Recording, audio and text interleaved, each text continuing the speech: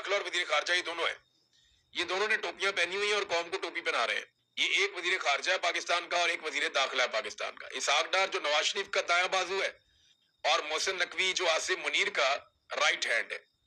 اب ان دونوں کی باتیں آپ سنیں ذرا. دونوں نے ٹوپیاں پہنی ہوئی ہیں اور داتا دربار پہ کھڑے ہو کر کیا کہہ رہے ہیں، ذرا ان کی بات سنیں آپ.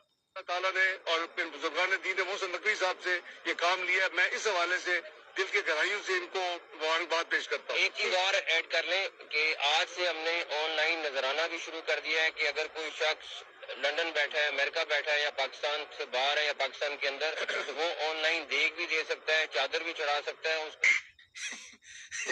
آن لائن نذرانہ شروع کر دیا، یہ پاکستان کا وزیر داخلہ بتا رہا ہے اور وزیر خارجہ کہہ رہا ہے کہ یہ سعادت اللہ تعالیٰ نے اور بزرگان دین نے یہ کام جو ہے وہ ہمارے وزیر داخلہ سے لیا ہے. وہ کہہ رہے جی میں اس میں ایڈ کر دیتا ہوں کہ ہم آن لائن اب نذرانہ بھی بھیج سکتے ہیں، برطانیہ میں، امریکہ میں، دنیا میں کہیں بھی آپ بیٹھے ہوئے وہاں سے آپ چادریں بھی چڑھا سکتے ہیں آن لائن، اور آن لائن آپ دیکھے بھی چڑھا سکتے ہیں.